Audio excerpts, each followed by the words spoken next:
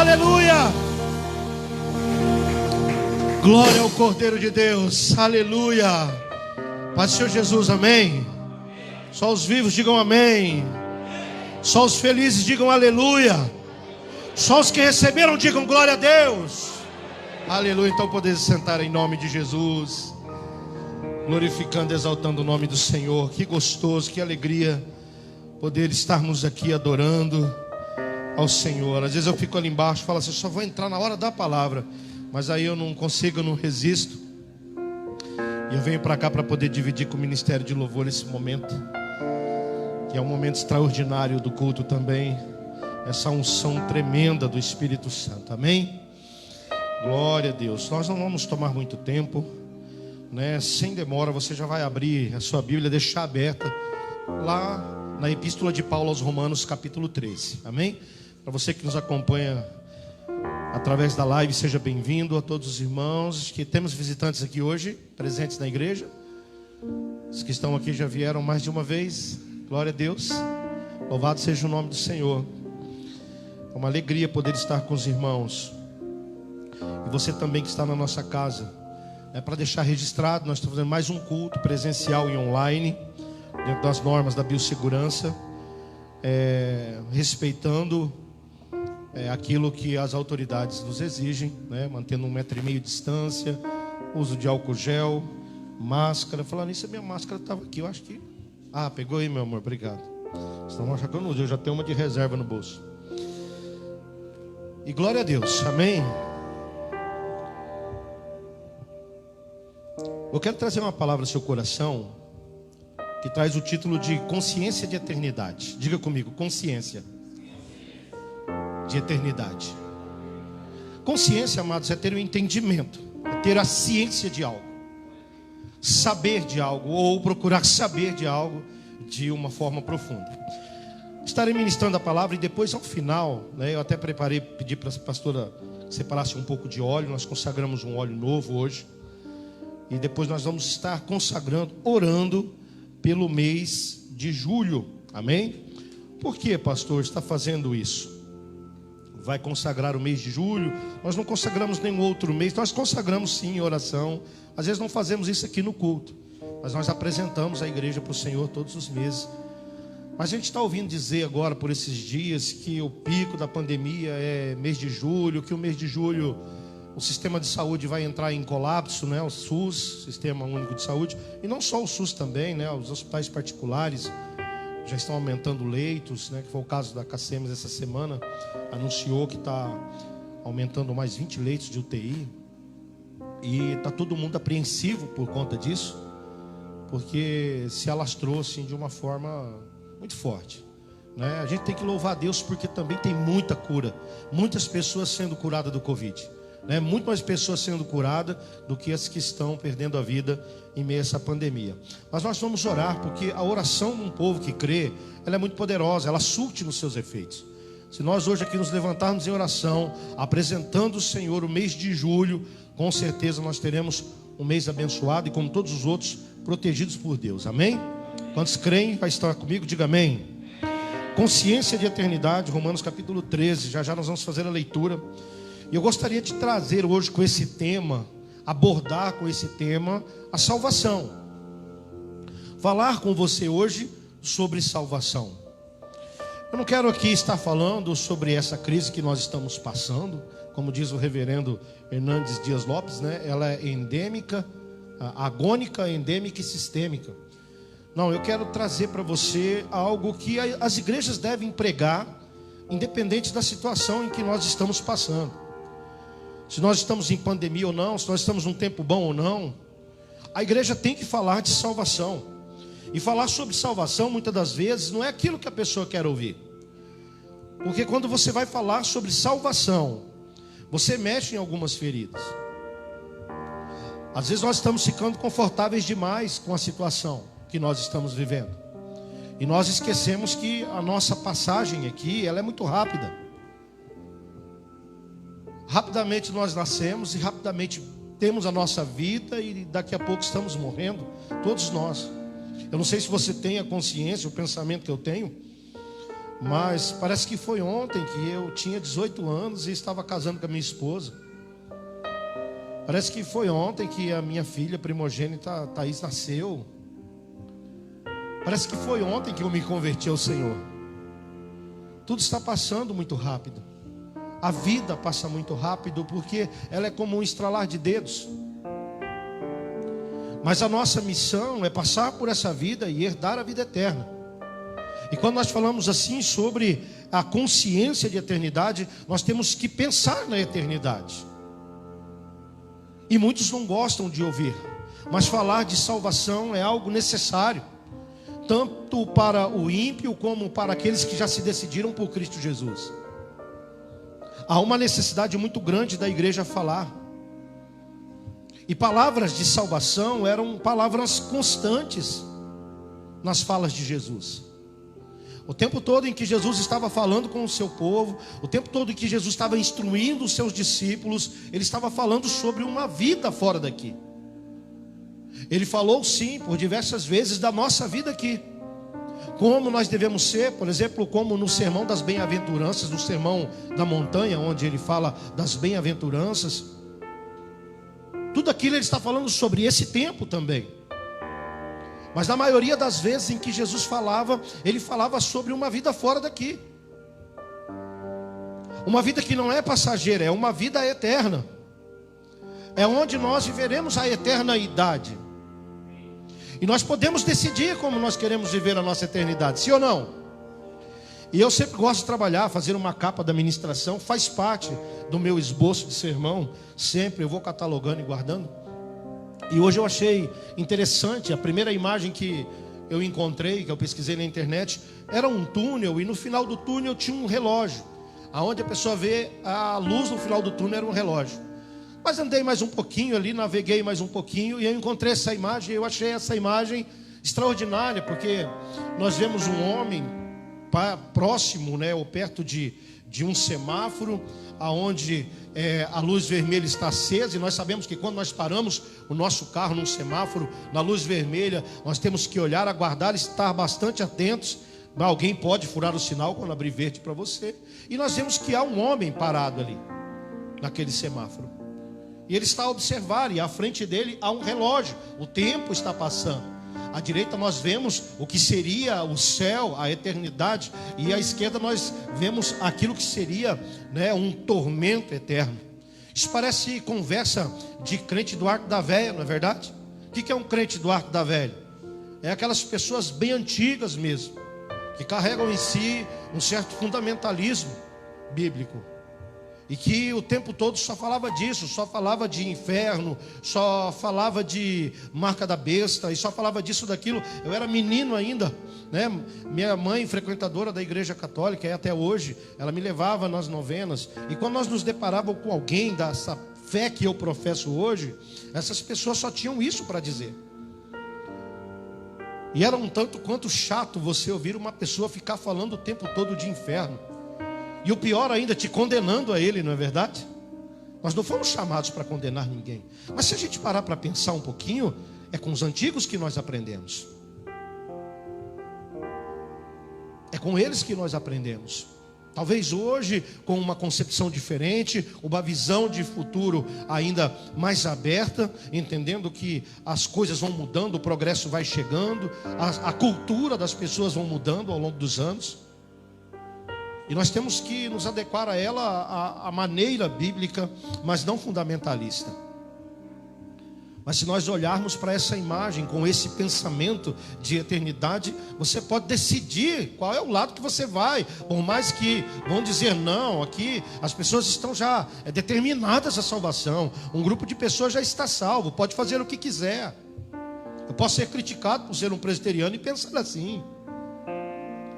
Eu ainda detenho o pensamento entre o calvinismo e o arminianismo, né? Quem já estudou teologia sabe o que eu estou falando, que de pé eu sou calvinista, mas de joelho eu sou arminiano. Não é verdade? Depende muito da situação. Eu acredito que a salvação é construída a partir daquilo que nós vivemos e fazemos na terra.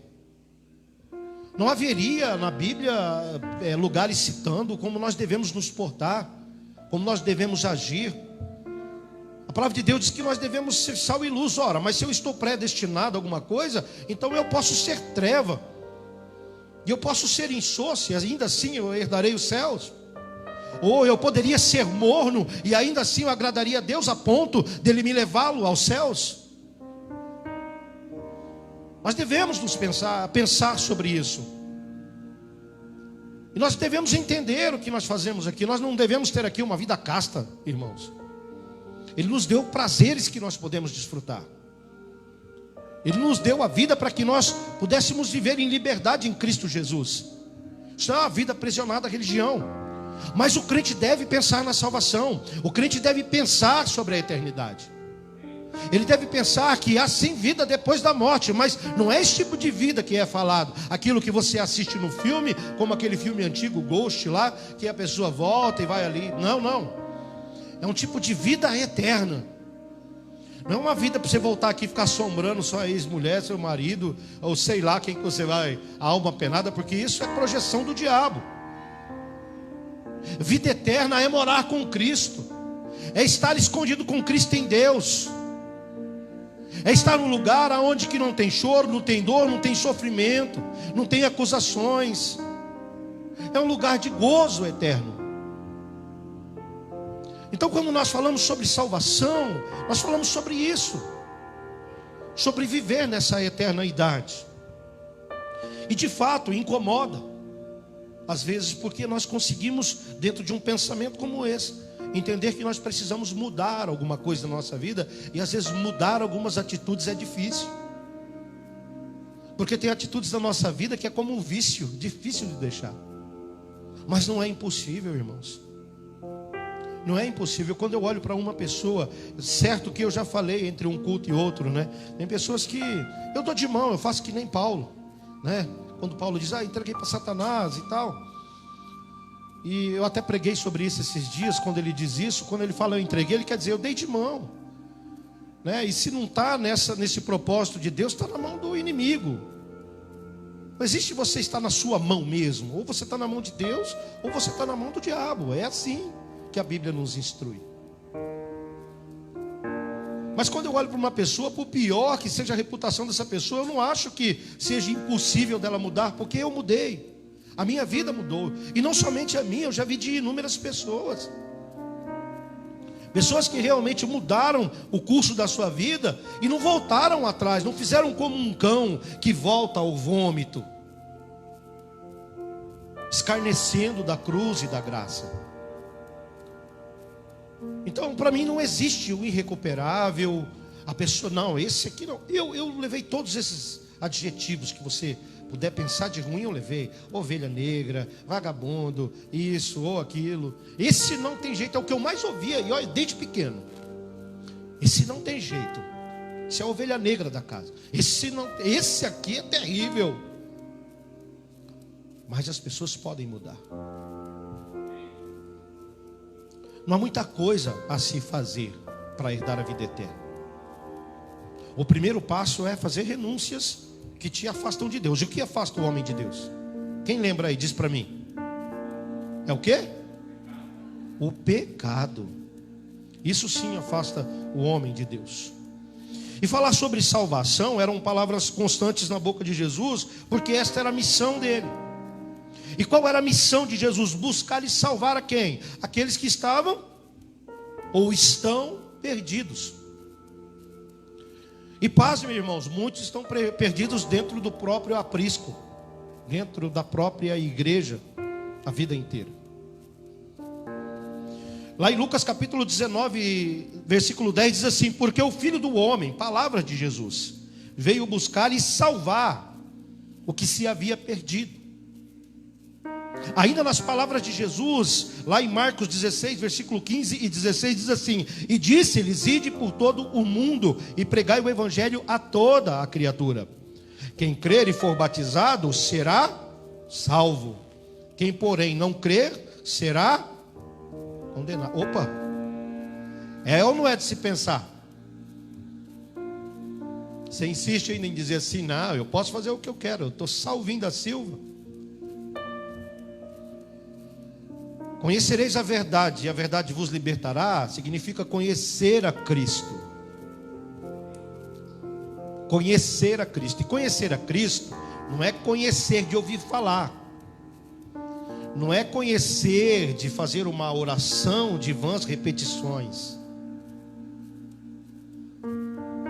Conhecer a Cristo é profundamente, é ter um profundo pesar na sua alma. É essa a palavra que eu quero falar mesmo. Um profundo pesar na tua alma, quando você lembra do sacrifício dele na cruz. Quando há dentro de você aquele constrangimento de alguém ter dado a vida para você, sendo que o erro da sua vida inteira quem fez foi você e não aquela pessoa. Mas fez isso por amor, pela graça. Mas aqui diz que todo aquele que crer será salvo, mas aquele que não será condenado. Olha o que diz ainda também lá no Evangelho de São João, capítulo 3, verso 17, que diz: porque Deus enviou o seu Filho ao mundo, não para que condenasse o mundo, mas para que o mundo fosse salvo por ele. Essas são as palavras de Jesus. Jesus ensinando, Jesus pregando, Jesus discipulando. E dizendo assim, numa tradução bem clara: o lugar de vocês não é aqui. Aqui é transitório, aqui é passageiro.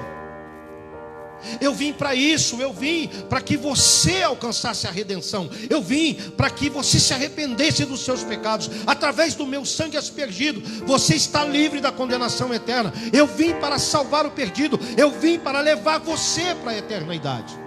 É o que Jesus está falando. E se Jesus falou e nos instruiu a falar, se assim fez os seus apóstolos, se assim nos ensina o apóstolo Paulo, por que nós não falaremos na igreja? O tempo também é propício, mas todo o tempo é. Falar de salvação é prioridade. A verdade é que nesses dias, nesses muitos dias da nossa vida, na verdade, não só agora, nos últimos 90 dias dessa pandemia e esse negócio todo, mas a nossa vida inteira praticamente, a gente pode classificar com isso, tem sido uma correria só. Muitos de nós temos corrido atrás de muitas coisas, e muitos afazeres, e muitos outros negócios. Eu estava pensando agora lá em casa, no finalzinho da tarde, quando eu estava me arrumando hoje, uma bênção, porque eu tenho feito assim nesses últimos dias, como eu estou tendo uma leve dificuldade para dormir, mas eu estou bem de saúde, graças a Deus.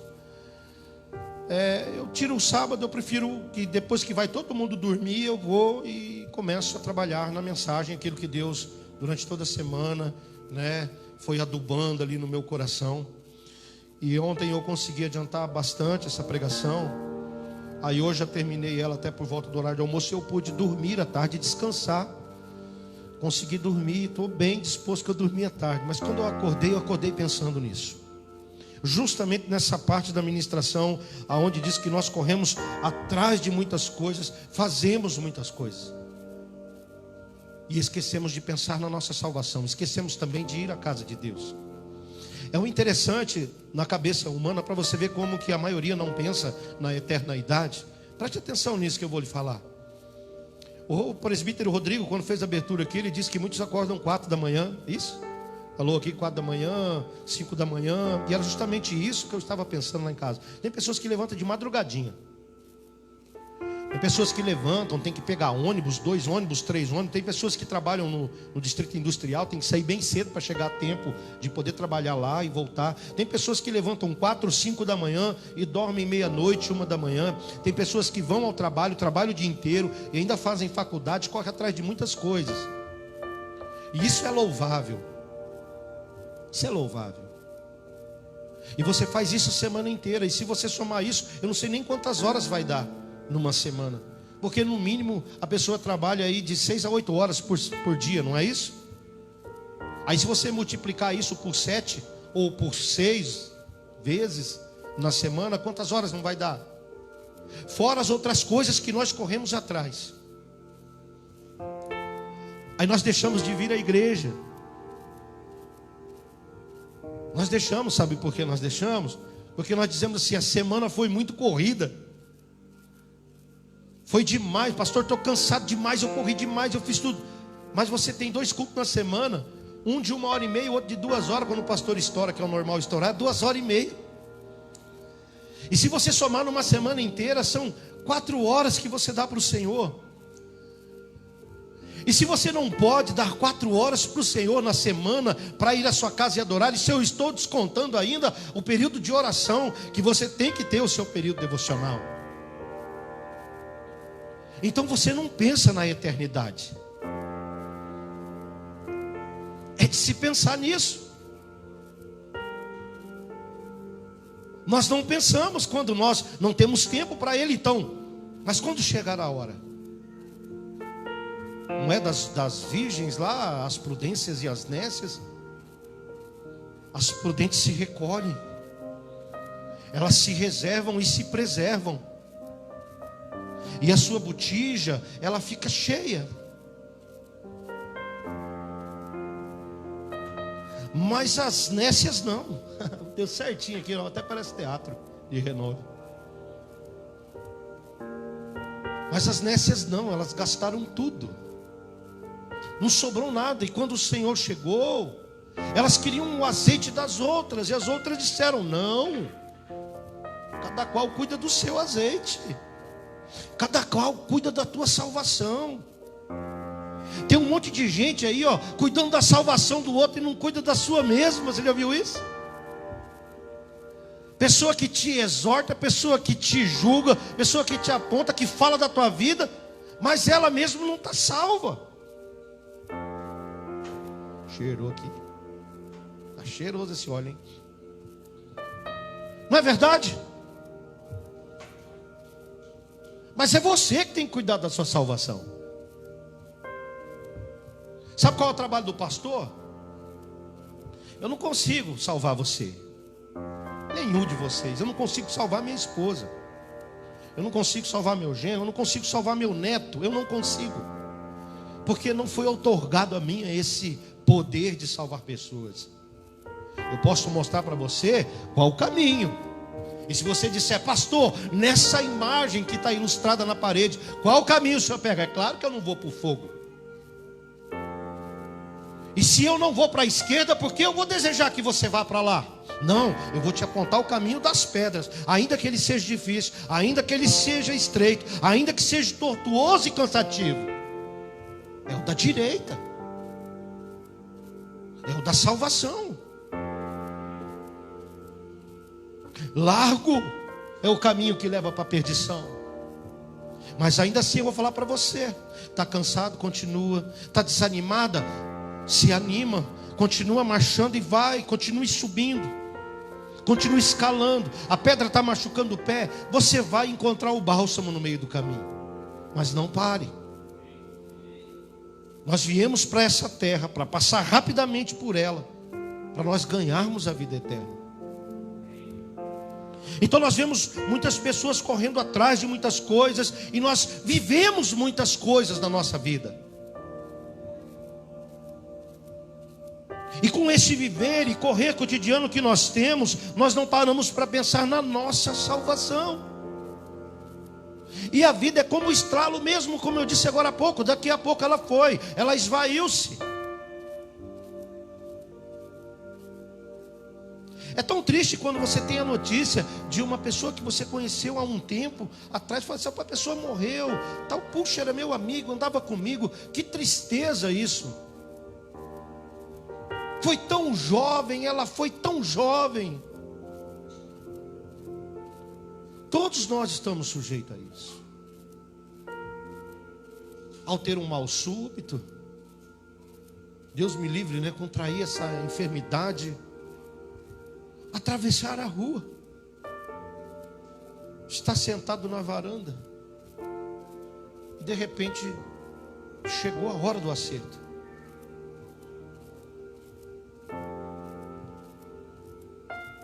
E nós temos sim que fazer muitas coisas na nossa vida, mas a salvação deve ser prioridade, meus irmãos. na minha e na sua vida, porque a palavra do Senhor diz que esse dia desse acerto e de herdar essa eternidade se aproxima. Vamos ler lá em Romanos 13. Você que está aqui, você que está na sua casa, faremos a leitura a partir do versículo 11. Carta de Paulo aos Romanos, capítulo 13, a partir do verso 11. Aquele que se encontrou, coloque-se de pé. A versão que eu leio é a Almeida Revista Atualizada. A palavra do Senhor diz assim, versículo 11: E digo isto a vós outros que conheceis o tempo, já é hora de vos despertardes do sono, porque a nossa salvação está agora mais perto do que quando no princípio cremos. Vai alta noite e vem chegando o dia. Deixemos, pois, as obras das trevas e revistamo-nos das armas da luz. Andemos dignamente como em pleno dia, não em orgias e bebedices e em imundícies e dissoluções, mas também não em contendas e ciúmes, mas revesti-vos do Senhor Jesus Cristo, e nada disponhais a carne no tocante às suas concupiscências. Amém? Glória a Deus. Oremos ao Pai. Pai, em nome de Jesus, mais uma vez nós te louvamos, nós bendizemos o teu nome. Somos gratos ao Senhor pela oportunidade de estarmos aqui reunidos como tua igreja, como a noiva do teu Filho Jesus Cristo. Eu peço, Espírito de Deus, que de forma carinhosa o Senhor traga essa palavra e coloque no coração e mente dos teus filhos, para que eles saiam daqui com um pensamento de eternidade. Que nós tenhamos nessa noite a consciência de vida eterna, saber que nós vivemos um tempo aqui, mas aquilo que o Senhor tem reservado para cada um de nós é muito maior daquilo que imaginamos ou até pensamos. Que a tua bondade seja manifesta no nosso meio, e que a tua cura, o teu milagre, Pai amado, o teu renovo chegue a cada um de nós, os que estão presentes, os que estão acompanhando através, Pai amado, desta live. Em nome de Jesus, ó Pai, é que nós oramos e agradecemos para a honra e a glória do Pai, do Filho e do Espírito Santo. Quem crê, diga amém. Podeis se sentar glorificando o nome do Senhor.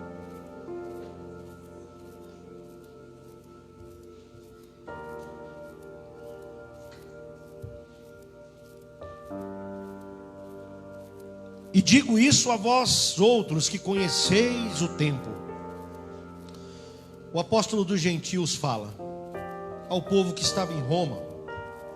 Quando nós falamos sobre a epístola aos Romanos, nós estamos falando para um povo que está em Roma. Nós não, Paulo estava falando a um povo que estava em Roma, que eram judeus da dispensação, eram judeus que estavam tendo vida lá e que estavam mudando o seu comportamento. Mas a epístola dos Romanos, ela também fala muito conosco. Ela também é chamada de a epístola dos gentios, porque através dos ensinamentos de Paulo na carta aos Romanos é que nós aprendemos muita coisa, e principalmente sobre vida eterna.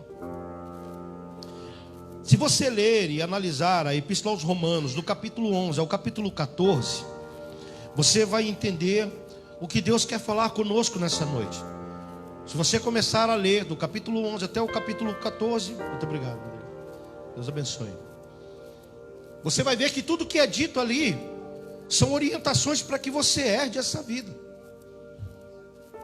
Te ensina para você um modo digno de você viver. O que é um modo digno de viver? É um modo religioso? É um modo... Não. Não entenda por isso. É ter uma vida de quem vai ser salvo para a eternidade. É ter uma vida com Cristo. É ter um caráter reto. Ser uma pessoa justa, transparente.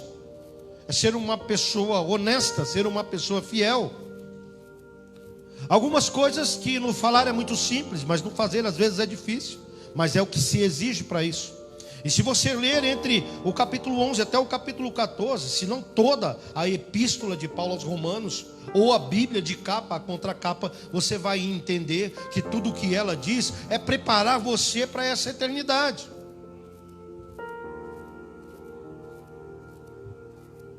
Do capítulo 11 ao capítulo 14 não fala outra coisa senão preparar para a volta de Jesus, o resgate da sua noiva. E é claro que a palavra de Deus é para todo aquele que lê e a ouve, mas a carta aos Romanos está falando agora especificamente, em dado momento, só para aquelas pessoas que estavam ali, que frequentavam os cultos, que ouviam a palavra, que conheciam os ensinamentos, que eram hebreus de hebreus, mas estavam em outra terra e que precisava ter um entendimento sobre a eternidade. Paulo inicia dizendo assim: vocês conheceis o tempo, e é chegada a hora do que de despertar do sono. Ele não está falando para uma pessoa leiga agora, entenda isso, você que está aqui e você que está na sua casa. Ele diz: você conhece, só que você está o quê? Dormindo. O que ele quer dizer com isso? Você está se ocupando demais com outras coisas, fazendo demais outras coisas e esquecendo o que é essencial. Você está pensando no hoje e no amanhã, mas não na eternidade. É para todo aquele que lê e que a ouve, mas fala agora com eles. Porque esse povo começou a caminhar com Cristo, mas depois passou ao longo do caminho a andar de uma forma duvidosa. Eu já expliquei para vocês, já falei, já preguei Romanos em várias passagens bíblicas, quando Paulo vai lá e fala sobre a natureza que mudou, fala sobre as questões sexuais que mudam, homem com homem, mulher com mulher, e tudo aquilo, tanto que faz, como aquele que consente, fala que isso desagrada o coração de Deus. E eu não estou aqui falando sobre homossexualidades, mas isso fala lá especificamente sobre isso. Mas ele estava falando ali para o povo lá. Lá em Gálatas ele também não vai ser muito diferente não, quando ele vai falar para o povo, começastes tão bem no espírito e vos aperfeiçoais na carne. Ele chama os Gálatas de insensatos. Ó Gálatas insensatos. Está lá Gálatas capítulo 3. Me veio agora na mente. Não é diferente aqui. Quando ele chega lá em Romanos capítulo 12, que faz parte desse pacote aqui do capítulo 11 ao capítulo 14, ele diz também: eu rogo-vos, pois, pelas misericórdias de Deus. Ele diz: eu vos imploro, pela misericórdia, pela graça de Deus, que vos entregueis ao Senhor, que entreguei os vossos corpos como um sacrifício vivo, santo e agradável a Deus. Sabe por que ele diz isso? Porque era assim que Deus recebia o sacrifício no altar. Quando ele era de todo o coração, por mais que ele não tinha beleza nenhuma naquele esquartejamento, sangue, gordura e fogo, quando subia para o Senhor, para nós poderia feder carne queimada, mas para o Senhor subia como um incenso agradável às suas narinas, pelo coração quebrantado que ofertou a ele, e não em si pela oferta que está em cima.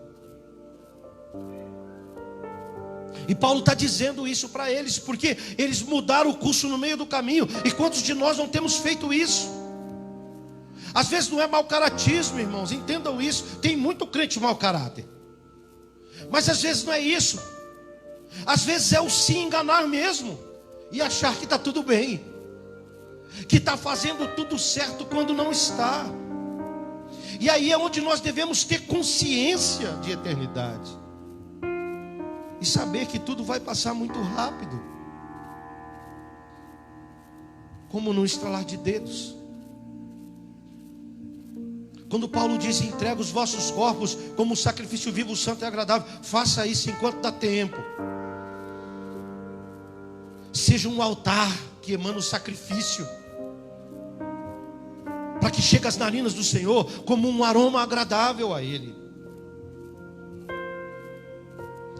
Eles começaram a andar de forma duvidosa. Eu ainda falo na pregação, é aquela coisa assim na quinta-feira eles iam, para a festa do cabide, que antigamente falar festa do cabide era uma coisa muito feia, Hoje você não ouve muito essa expressão.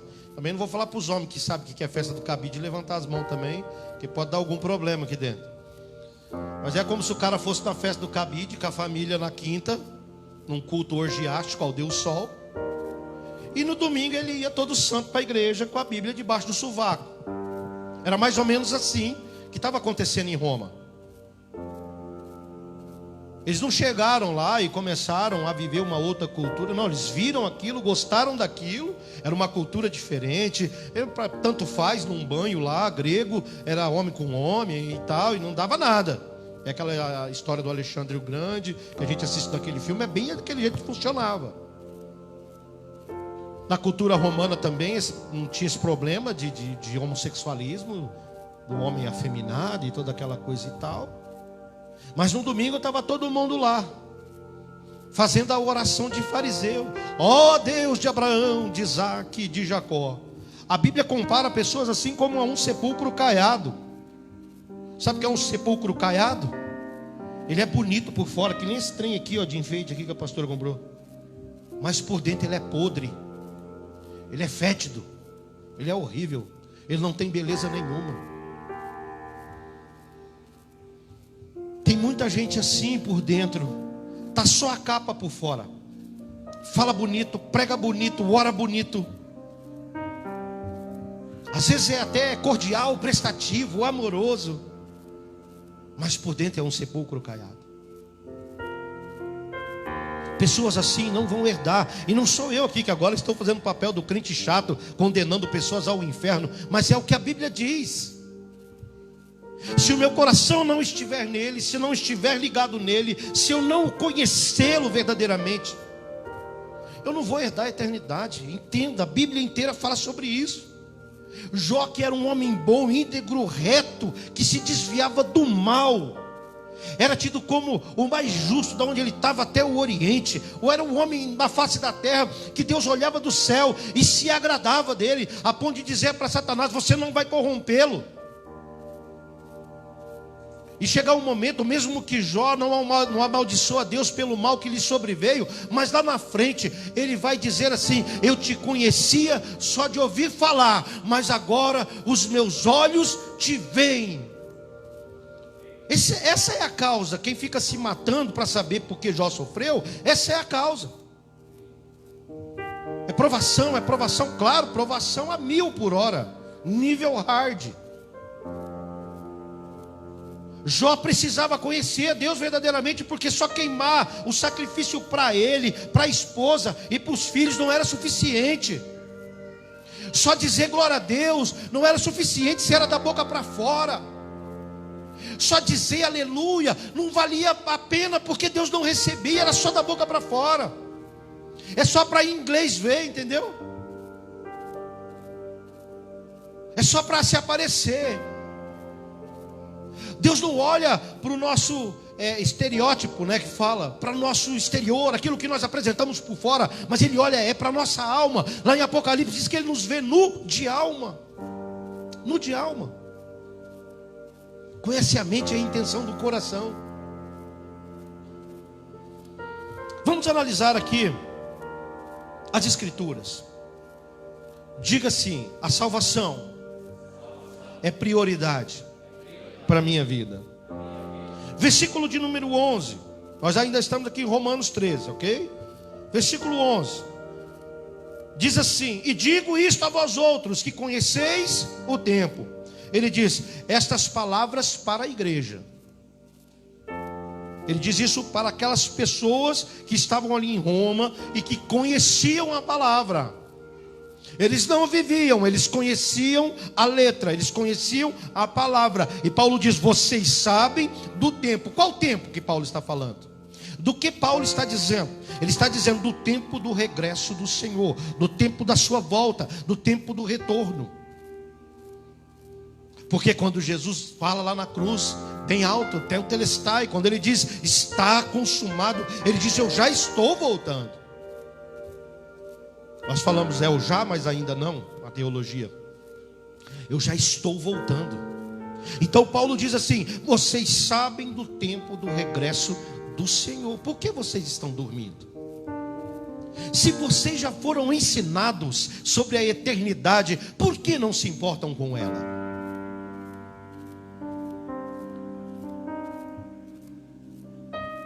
E é interessante que ele não fala o dia, mas o tempo. Vocês conheceis o tempo. E a preocupação do apóstolo em relação a isso é lembrá-los da volta de Jesus, e que essa volta se aproxima, que essa volta é iminente. Está lá na parte B do versículo onde ele diz: já é hora de vos despertardes do sono. Porque a nossa salvação está agora, ele está dizendo, mais perto do que quando no princípio nós cremos. Veja bem, nós cremos, nós acreditamos no começo, naquele dia do primeiro amor, do impacto, dos ensinamentos, nós acreditávamos e só falávamos disso.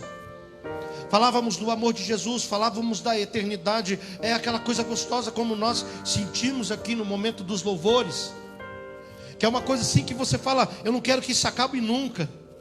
Domingo passado eu disse, né? Domingo passado seria o retorno das mulheres do Renove. Esse seria dos homens, fogo nos céus, festa aqui dentro, igreja com tanta gente aqui que não cabe, fica um bocado para fora. Que coisa gostosa, não é verdade? Aquilo é um impacto.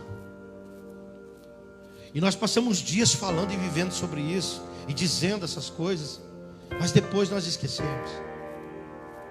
As outras coisas tomam conta, minam a nossa alma, os nossos corações. Então aqui quando Paulo está dizendo, ele diz, já é hora de vos despertardes do sono, porque a nossa salvação está agora muito mais perto do que quando no princípio nós acreditamos. Cada dia que passa se aproxima mais. É um dia menos de vida na terra. Nós não fazemos conta disso. Como eu disse, um dia você casa, no outro dia você está ali já velho com a sua esposa do lado. Num dia você nasce, no outro você está sendo enterrado.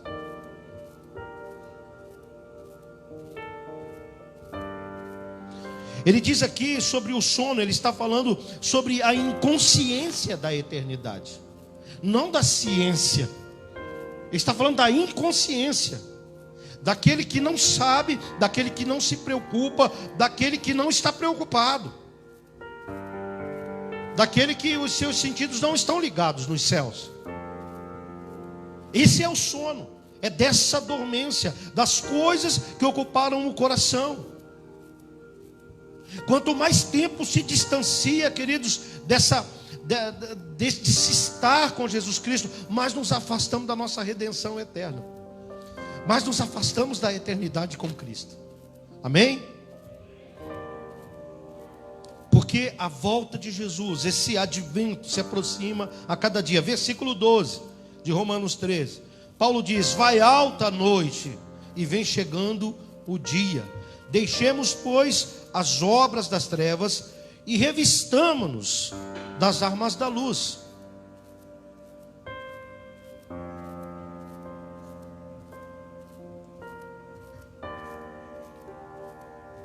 Como já foi ministrado aqui inúmeras vezes essa passagem também, Paulo está chamando eles para um tempo de santificação. Porque sem santificação, sem santidade, ninguém verá o Senhor. É a palavra de Deus que diz, sem essa santificação, sem a qual ninguém verá a Deus. Paulo chama eles a saírem das trevas, eles estavam no escuro, estavam no breu das suas almas. Eu sempre cito uma música da Lorena Chaves, que ela fez só um CD, mais direcionado para o povo evangélico, enfim. Mas é uma cantora que eu gostei muito do primeiro CD dela, os outros eu não gostei muito. E eu acho que tem muito a ver com as coisas do nosso cotidiano e algumas realidades. E tem uma canção dela que ela diz que quem não conhece a luz não sabe o que é escuridão. E eu já usei esse termo, sobre o cego, que nasce cego, e aquele que se torna cego ao longo da sua vida. Aquele que nasce cego, ele nunca viu a luz, então ele não sente falta, necessidade de luz. Às vezes você olha e você se compadece daquela pessoa que tem uma deficiência visual, e você se compadece dele como se ele tivesse enxergado como você enxerga. Mas ele desenvolveu sentidos muito mais apurados do que o seu. E ele não sente falta da luz, por quê? Porque ele nunca viu. Você pode falar para ele o tempo todo, e ele nunca vai fazer noção na mente dele de como é a luz, de como é o seu rosto, o desenho dele. Ele pode tatear, sentir os detalhes do teu rosto e distinguir quem é o Elvis, quem é o Rhodes, quem é a pastora Josa, Tiffany, enfim. Mas saber a forma como nós estamos vendo, ele jamais vai saber. E ele não sente falta disso, porque ele não conhece. Ele pode ter curiosidade de conhecer. mas ele não conhece. Já uma pessoa como o cego Bartimeu, que viveu a vida e perdeu a sua visão, um dia ele viu a luz e entrou nas trevas. Agora tem pessoas que na verdade nunca saíram das trevas e acha que está na luz, mas ela só acha que está na luz porque ela nunca conheceu a luz verdadeiramente. Nós precisamos entender isso. Às vezes nós estamos aqui está falando sobre isso. Paulo está praticamente dizendo para eles: olha só, se você tivesse conhecido a luz verdadeiramente, vocês não teriam feito isso. A verdade é que vocês nunca conheceram. Então ele diz: vai à alta noite e vem chegando o dia. Deixe as trevas, deixe a escuridão, volte-se para a luz, conheça a luz, conheça a salvação. Ele faz um convite também a se revestir de toda a armadura de Deus. Foi o que você leu, o Rodrigo leu aqui, Efésios 6, que fala sobre se revestir de toda a armadura de Deus. Se eu não me engano, ele falou alguma coisa aqui, não falou? Sobre Efésios 6. Se vestir também dessa armadura também de luz. Portanto, tomai toda a armadura de Deus, para que possais resistir no dia mau, e depois de ter desvencido tudo, permanecerdes inabaláveis. Agora acompanhe comigo o versículo 13. Ele diz: andemos dignamente como em pleno dia, não em orgias, em bebedices, não em imundícies de dissoluções, não em contendas e ciúmes, pois nós somos filhos da luz, irmãos. E quando Paulo está dizendo estas coisas, ele está dizendo das coisas que nos afastam de Deus, coisas que nos tiram a eternidade. Nos tiram a eternidade. Coisas que contaminam a nossa mente. As palavras são direcionadas a imoralidades, mas não são só imoralidades que nos afastam da eternidade, do reino dos céus. Religiosidades e outras coisas mais nos afastam, orgulho, essas coisas. Às vezes a pessoa nem tem uma mente, imoral na questão sexual da sua vida, mas outras coisas também. Mas usa esses adjetivos porque são coisas realmente que nós vemos acontecendo. Mas já tem pastor virando católico. Tem alguma coisa muito errada nisso. Estou criticando religiões aqui, pelo amor de Deus, não entendam dessa forma. Quando eu fiz essa aceitação de sair do catolicismo para o cristianismo protestante, em si, o presbiterianismo, eu vim convicto. Eu sou convicto da minha confissão de fé. Eu sou convicto daquelas coisas que eu falo. Tem pessoas que não. Tem pessoas que vão a orgias e vão para a igreja normal, como os romanos lá faziam. Não os romanos, os hebreus que viviam em Roma, porque para os romanos era cultura. Os romanos mesmo não iam no culto, mas os hebreus começaram a ir ao culto do Deus Sol, aos cultos orgiásticos, a viver aquelas imundícias.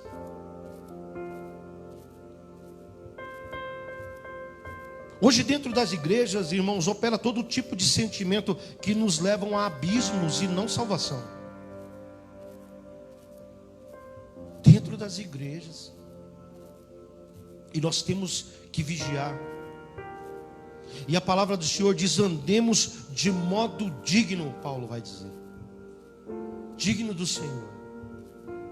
Versículo 14 diz: mas revestivos do Senhor Jesus Cristo, e nada disponhais para a carne no tocante às suas concupiscências. É como se o apóstolo estivesse dizendo dessa forma: olha, busque a Jesus Cristo, buscai as coisas do alto, busque aquilo que é dos céus, busque aquilo que é da eternidade, busque aquilo que é do reino para a sua vida. Você sabia que, a maioria sabe, eu vivi muita sorte de paixões no mundo. Eu experimentei muitas coisas. E as coisas que nós experimentamos, humanamente aqui falando, são coisas que para a nossa carne é agradável. É como diz, quando você vai comer uma fruta. Uma coisa é você vai lá na quitanda e compra uma goiaba. Eu falo de goiaba que é uma coisa que eu gosto. Eu gosto, a pastora Josi gosta. Goiaba. Mas eu lembro aqui, ó, aqui a gente não tem mais moto, mas a gente pegava moto. Tem alguém lá para fora? Não, né? A gente pegava a moto e saía aqui por trás, aqui perto de onde a Cintia e o Mussa mora. Tem um pesqueiro que de vez em quando eu ia lá pescar o Nippon. E aí tem aquele caminho de estrada de chão do Nippon. É cheio de pé de goiaba do mato. Ela é uma goiaba um pouquinho azedinha, assim, é bem gostosa a goiaba. E todo ano, né? A gente ia, 2 vezes no ano a gente ia lá buscar goiaba. E aí nós encostava a moto e ficava comendo goiaba do pé. E como eu tenho o costume de comprar goiaba lá na quitanda, você vai lá e compra aquela goiaba da quitanda lá. Ela não é tão gostosa, porque parece que ela amadurece na caixa. É aquela coisa, né? Você pegar no cacho, tirar uma banana e comer, enfim. O pecado é assim também. Parece que aquele trem ali roubado, aquele trem feito no escondido, porque quando Paulo ele está dizendo aqui, andemos dignamente, como em pleno dia, né, daquilo que todos veem, a transparência, sabe quem você é, né, do que em orgias e bebedices, que são coisas que nós fazemos à noite, no oculto, no recôndito, sabe, aquele lugar, ninguém está vendo aqui, eu vou fazer, aqui ninguém me conhece, eu vou me prostituir, eu vou fazer aquilo, eu vou fazer isso, eu vou usar isso, eu vou usar aquilo. A loucura, irmãos. Você cheirar cocaína e tomar 1 litro de uísque é loucura. E não tem uma coisa melhor para você fazer se você está chafurdado naquele negócio, porque a sua mente vai a 1000 por hora, seu coração acelera, a adrenalina vai a 1000, você fica bem, você fica atento, você... Mas parada louca mesmo, chapação sinistra, você ficar cheio do Espírito Santo. Essa não tem igual. Essa não existe igual. Mas só quando você ultrapassa as barreiras dos seus vícios, das coisas que você faz, e você encontra Jesus verdadeiramente, e você tem uma experiência com o Espírito Santo, você não quer outra coisa na sua vida. Aí gerou a mudança. Aí gerou vida eterna em você, está entendendo? Essas coisas não me fazem falta, fazia no começo. Ainda que o meu coração estava ali, sabendo todo o milagre que Deus tinha feito na minha vida, o meu coração regostava, lutava e brigava. Hoje eu não tenho dúvida, eu tenho convicções. Nada do que eu vivi se compara ao que eu vivo hoje. Não existia um tipo de nostalgia lá do passado que me possa trazer. Eu tenho boas recordações, bons amigos, bons momentos e momentos difíceis que a gente passou, até da nossa vida de casado. Mas eu vivo o meu hoje não como se não houvesse amanhã, mas como se amanhã eu fosse herdar a eternidade. É isso que eu faço. E assim eu vivo cotidianamente esperando o dia. Esse dia bateu na porta, né? Esse dia, eis que estou à porta e bato. Depois Jesus falou, não, volta, eu vou te dar mais uns anos, igual eu fiz com o rei Ezequias. Nós precisamos pensar nisso. Pensar na vida eterna. Será que você fica nessa? Eu falo para o pastor, esse negócio da morte é uma coisa assim, deve ser um pacto, um sono profundo. E aí você já acorda, já está lá na frente do mestre. Como que vai ser? Você não está nessa que você vai para um campo verdejante, não.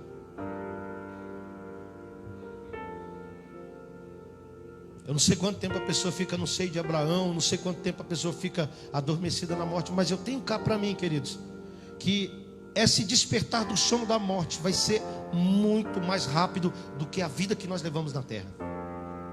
Porque vai ser como se você tivesse dormido naquela noite e já vai acordar na frente de Jesus. E ele entra, meu filho, minha filha, entra para o gozo da minha eternidade.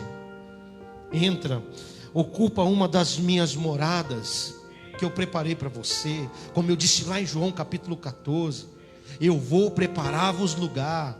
Na casa de meu pai há muitas moradas.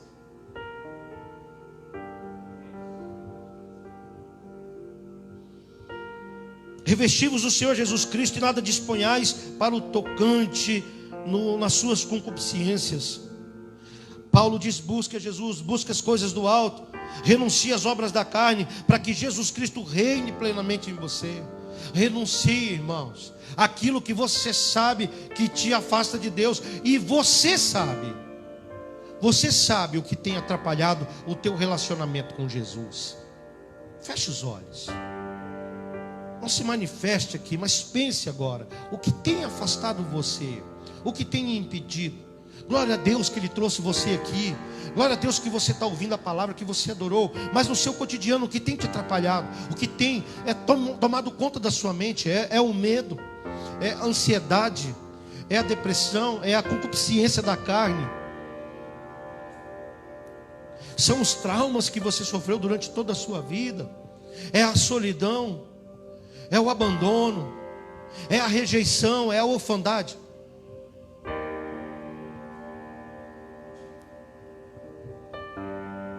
É a falta do conhecimento. Você sabe o que é. Eu sei o que me afastava, e eu sei o que pode me afastar. E você tem a oportunidade agora, nesse lugar, nessa noite, de começar a colocar a tua cabeça em ordem. Não estou dizendo que vai ser agora, mas você pode começar a se organizar agora, como se você estivesse organizando agora um arquivo todo bagunçado, pegando e colocando tudo em ordem alfabética. Vai entendendo aquilo que é arquivo morto e joga fora. Aquilo que não te serve para a eternidade, joga fora. Aquilo que te atrapalha quando você vai falar Abba, Paizinho querido, joga fora da sua vida. Aquele relacionamento que não faz bem para você, que te afasta, larga de mão disso. As amizades que você não conseguiu ganhar para Jesus e tem te afastado, se afaste até que você consiga se recuperar e trazê-los para Jesus. Tudo aquilo que é tóxico, te afasta de Deus, lança fora da sua vida em nome de Jesus.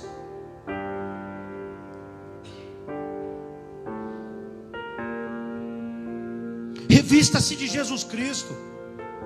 Revista-se do sangue de Jesus. Porque foi para a eternidade que vocês foram chamados, para serem salvos.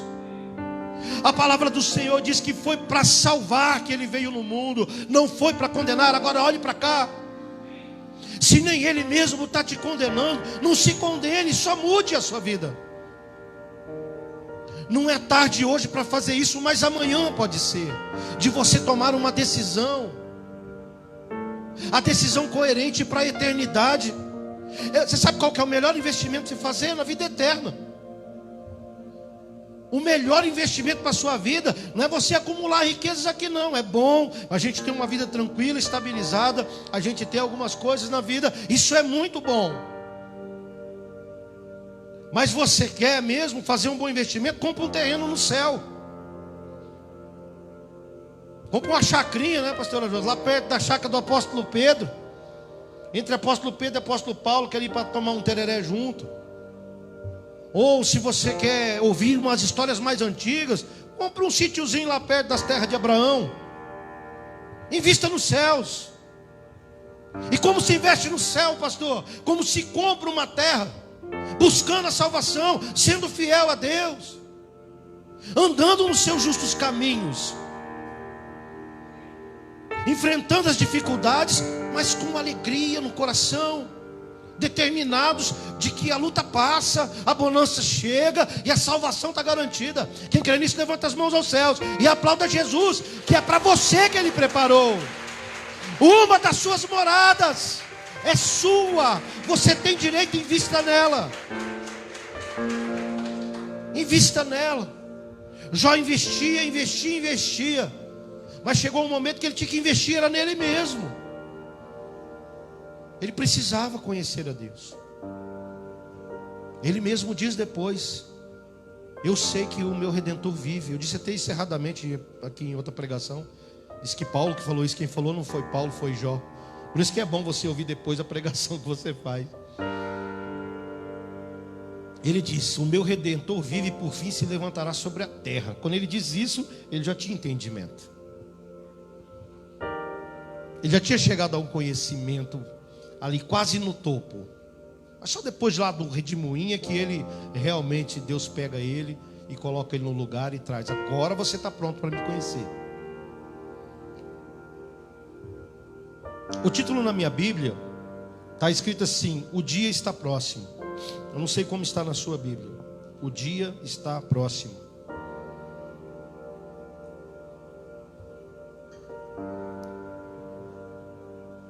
E qual dia é esse, pastor? O dia da volta de Jesus. Está mais próximo hoje do que há mais de 2000 anos atrás. E a cada dia que passa, se aproxima mais. O fato é, amados, que nós estamos padecendo dia após dia por não andarmos na luz, por não buscarmos a luz.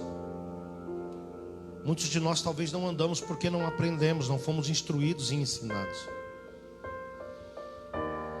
Eu não tenho a formação de berço da fé que eu professo. Então eu aprendi isso, eu já tinha mais de 30 anos de idade. Acho que 33 ou 34 anos. Então não venha dizer para mim que você não pode aprender o que é luz, que você pode. Não me diga que você é incapaz de ter um relacionamento de Jesus porque você é capaz. Ah, eu não sei, eu não consigo. Consegue, você é capaz. Quer um coach bom? Você é capaz de herdar os céus. Você é suficiente para isso. Para de se diminuir e para de achar que os seus pecados é pior que os pecados dos outros também, que você nunca vai conseguir. Você consegue, é só você querer. O dia está próximo e nós estamos padecendo por não andar na luz. Muitos de nós estamos andando em trevas, acreditando ser luz, mas não é. Precisamos conhecer a luz, então saberemos o que de fato é escuridão. Eu posso dizer hoje para você que está aqui, você que nos acompanha em sua casa, eu consigo diferenciar bem o que é luz e escuridão. Porque a escuridão, as trevas que Paulo cita, é a total ausência do bem, é a total ausência da graça que nos foi dada. Nós poderíamos então chamar de uma desgraça, sim. Uma desgraça, essa palavra feia que é usada, na verdade ela significa a ausência da graça, ou total ausência da graça. Nós somos chamados para a graça. O dia da volta de Jesus está muito, muito próximo. Se ouvirmos agora o som das trombetas, irmãos, parece outra conversa antiga, né? Mas se tocar agora. Uma vez nós ministramos lá no Taverópolis, lá um presbítero ministrou lá para nós e levou um cara para tocar uma corneta lá como se fosse uma trombeta. Foi o presbítero Eliseu. E na hora ele me falou: isso pode fazer, pastor e tal? Acho que eu não sei se era um culto de Santa Ceia. Eu falei: pode, eu sempre dou oportunidade. E quando aparece uns trem meio loucos assim, aí você consegue discernir que Deus está no meio, sabe? Não é aquelas coisas loucas. Mas foi uma coisa muito bacana. Estava pregando, aí de repente, apagou a luz da igreja e o trem tocou. Menino, é que eu estava pronto. Mas quem não estava, gente, teve gente que caiu endemoniado lá dentro. É sério? Aquele dia a igreja estava cheia. Quem estava lá nesse dia? Levanta a mão. Olha o tanto de gente que estava lá. Rapaz do céu, deu trabalho um povo lá que estava lá dentro. E o outro povo que chorava desesperado. Me lembrou da pregação do Jonathan Edwards, se eu não me engano, que é o cara que pregou lá Pecadores na mão de um Deus irado. E quando ele começou a fazer essa pregação, Pecadores na mão de um Deus irado, eles começaram a se grudar nos pilares da onde ele estava pregando, desesperados e pedindo até para que ele parasse, porque eles estavam com medo do inferno. Ou como quando o John Wesley pregava e dizia assim: a primeira oração vai ser para que o fogo do inferno lamba seu pé, onde você está aí. E o povo saía das cadeiras e vinham para frente, rápido se aproximava do altar porque tinha medo.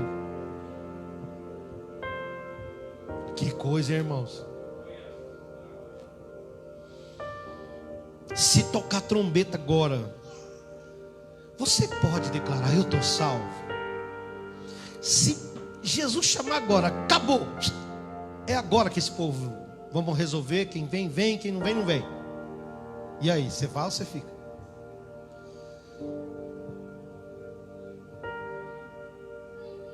Pergunta para mim se eu vou ou se eu fico. Quem tem coragem de perguntar, pode perguntar. Fala, você vai, pastor? Eu já estou com o pé na escada, moço.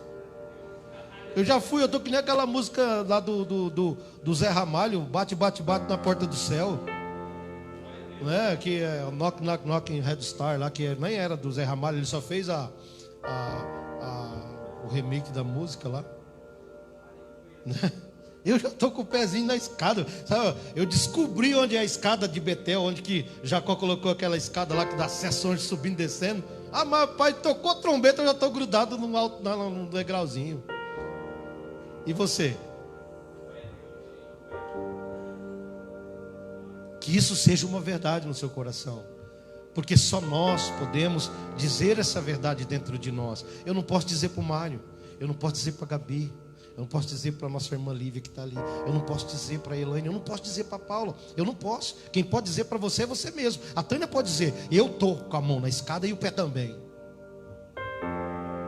Então se tocar, tocou, porque aí eu cumpri o meu papel. Eu vivi com Cristo, vivi para Cristo, vivi em Cristo. Agora eu estou no quê? No lucro. Vou lá tomar posse da minha herança. Vou lá naquela chácara linda, abençoada, com rios de águas vivas que fluem do trono, com ruas lacrimejadas de pedras preciosas e ouro. É o que diz lá no Apocalipse capítulo 21. A nova Jerusalém, que vem como uma noiva ataviada, linda. Então é você que pode dizer isso dentro de você. Eu estou pronto. Eu estou pronta. Talvez a trombeta não vai tocar, mas você vai dormir no Senhor. E você está pronto para isso? Ninguém quer, eu não quero. Eu fiquei, claro que eu fiquei com medo. Falar com vocês que eu não tive medo. Ficar vendo as pessoas morrendo lá dentro daquela UTI do meu lado e eu estar ali, tudo bem? Não. A minha alma estava preparada para os céus. Deus achou melhor eu ficar mais um tempo. Mas se Ele falasse, meu filho, escolhe se você quer viver ou morrer, eu quero viver, Deus. Mas se chegar a minha hora, eu quero ir para a eternidade. Ou alguém aqui está querendo conhecer essa sauna aqui? Quem quer ir tomar sauna aqui? Levanta a mão. Misericórdia mesmo.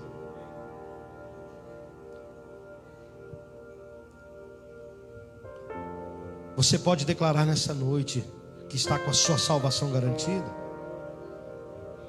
Porque, amados, é hoje e não amanhã o dia de você tomar uma postura em relação a isso. A sua salvação.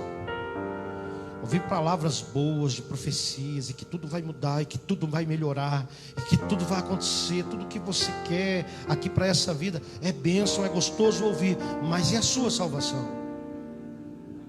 Porque é hoje, não amanhã, o dia de você tomar uma postura de declarar que Jesus Cristo é o seu Salvador, de verdade mesmo, é o Senhor da sua vida. É Ele que está no controle do barco da sua vida. É Ele, Jesus Cristo, Filho de Deus. Talvez seja hoje mesmo e não amanhã que você deve declarar que Jesus é Rei e reina sobre a sua vida. É hoje, amados, e não amanhã, que é o dia de abandonar toda sorte de pecados, tudo que te afasta de Deus, tudo que tem inundado o seu coração e tem roubado de você o direito da sua salvação. É hoje e não amanhã. A decisão sempre é para o agora. Quando Jesus está falando lá no Apocalipse, Ele fala, quem tem ouvidos o quê? Ouça o que o Espírito diz à igreja. A ministra de louvor, a Roberta, disse aqui em cima, quando ela cantou aquela canção, Deixa a Glória Descer. O Espírito e a noiva clamam, vem. Ouça o que o Espírito diz às igrejas. É hoje, amados, e não amanhã. É durante essa pandemia que você deve declarar que Jesus é o Senhor soberano da sua vida, de verdade mesmo, despojado de toda religiosidade, mas convicto disso, de quem Ele é e o que Ele representa na sua vida. Vamos dar o Ministério do Louvor. O Fabrício continua comigo. É hoje e não amanhã Você não pode ficar protelando aquilo que é para a eternidade. É hoje e não amanhã o dia de você pensar sobre isso e tomar decisões. Ei, olhe para cá, não se distraia com outra coisa. É hoje e não amanhã que você deve tomar decisões que são pertinentes à eternidade. Você que está na sua casa também. É hoje e não amanhã. É no dia que se chama hoje. O amor de Jesus Cristo foi derramado como um sangue pela minha e pela sua vida. Um preço de sangue foi pago por mim e por você, para que nós herdássemos a vida eterna. O sangue não foi vertido na cruz para que nós tivéssemos uma vida boa, tranquila aqui na terra, não. Isso faz parte. Isso faz parte de termos vida em abundância aqui na terra. Eu sempre digo isso e reafirmo. Mas o sangue foi vertido para a eternidade.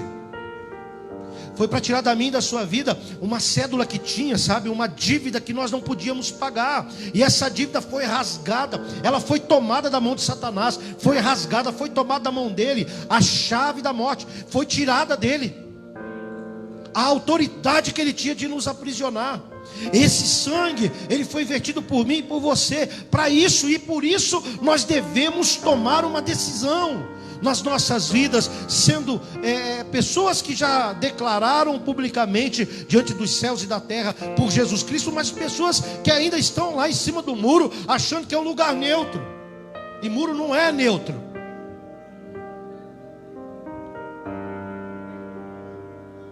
É no dia que se chama hoje. O amor de Jesus é puro, irmãos, pela minha e pela sua vida. Assim nós devemos ser diante deles também, andar em dignidade do seu amor. Somos falhos, sim. Erramos, sim. Errar é humano. Falhar é humano, mas insistir nos mesmos erros e nas mesmas falhas são burrice, são declarações de vida eterna, mas não nos céus. Entendamos isso. Você foi resgatado pelo amor de Jesus Cristo. Se coloque de pé em nome de Jesus. Feche os teus olhos, coloca a mão sobre o seu coração. Buscar a eternidade, irmãos, é buscar o reino. E quando eu e você, nós buscamos o reino, as demais coisas se acrescentam. Não ande ansioso nem ansiosa pelo dia de amanhã. Essa decisão hoje de você começar a organizar a sua vida, a sua salvação, a sua vida na eternidade, vai trazer para você os benefícios que você precisa nessa vida. A sua fidelidade sempre vai trazer para você os benefícios que você precisa nessa vida. Então não se preocupe com isso. Quem luta e vence essas batalhas do mundo espiritual pela sua vida é Jesus Cristo. Quando nós buscamos o reino dos céus, quando nós buscamos a eternidade, as demais coisas se acrescentam. Enquanto você viver em Cristo e para Cristo, as providências nessa terra chegarão até você. Neste tempo se acrescentarão